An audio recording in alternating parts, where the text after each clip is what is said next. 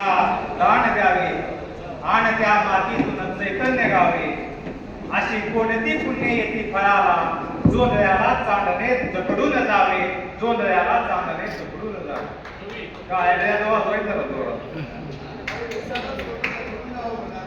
जोंधळा कुणाकडे राहिला नाही म्हणून कोण टाळ्या वाजविला. मगाशी सदाभाऊ म्हणलं राहुल इकडं असतो तिकडं असतो. मी 2008 ला आम्ही सदाभाऊ आपण सदाशिवनगरच्या कारखान्यात 50,000 शेतकऱ्याचा मोर्चा काढला. त्यावेळेपासून भावमंत्री झाल्यानंतर मी राजू शेट्टींच्या सोबत फक्त 2 वर्ष होतो. याचं माझं खटकलं परत ते सदाभाऊ कडा काय मी पंढरीच्या पांडुरंगाच्या वाटेला निघालेलो आहे भाऊ.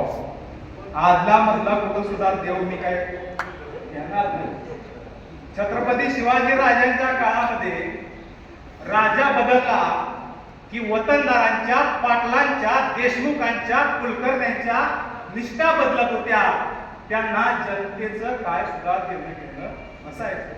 तर भाऊ आजपर्यंत तुमच्या सोबत नाही, भविष्यात तुमच्या सोबतच आहे. तुम्ही काय काळजी करू नका. 2014 ला आपण भारतीय जनता पार्टी सोबत आलो. ज्या शेतकऱ्यांच्या मुद्दे घेऊन आपण या भाजप सोबत आलो.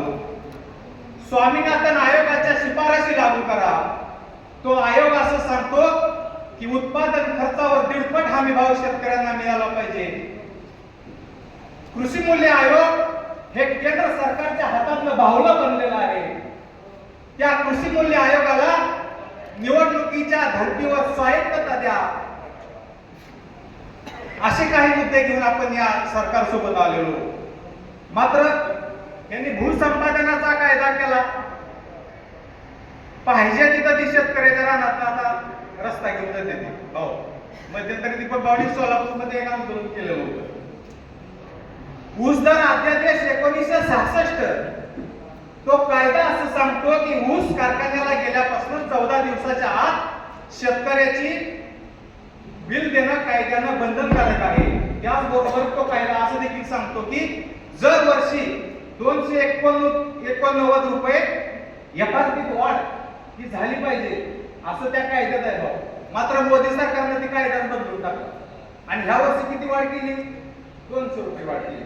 200 रुपये बघा युरियाचं पोतं केवढ्याला मिळत होतं, 1846 केवढ्याला भेटत होतं, 1026 केवढ्याला भेटत होतं, पोटॅश केवढ्याला भेटत होतं. सगळ्या गगनाला टिकते भिडलेले. आज दुधाचा प्रश्न घ्या. आम्ही दीपक भाऊनी पाटील सरांनी सोलापूर जिल्ह्यात दुधाचं आंदोलन गाजवलं. आज भाऊ सोलापूर जिल्ह्यात 22-23 रुपये दुधाला भाव मिळतो. 20 रुपये. आता माझं दिवसाला 100 लिटर दूध आहे. म्हणजे बिस्लरीची बाटली 20 रुपयाला मिळते. कैला पाणी पाजायला सुद्धा परवडत नाही. मग अशी बोलता बोलता भाऊ म्हणाले की आता आपलं डबक झालंय असं झालंय. मात्र भाऊ छत्रपती शिवाजी राजांचं तो काळ जर आठवला तर छत्रपती शिवाजी राजांचं मुठभर सैन्य होतं. ते मुठभर सैन्य भावदारा इकडे बघा. ते मुठभर सैन्य लाखो सैन्यांचा पराभव होतं. आज जरी आपण मुठभर असलो तर एक ना एक दिवस या धनधान्यांचा आपण पराभव केल्याशिवाय स्वस्त बसणार नाही. या आता भाऊ माझ्यावर जास्त प्रेम आहे. काय 2014 ला भाऊ आमच्या माड्यात उभा राहिला आणि नेमका भावाचा पराभव कुठे झाला माहिती का?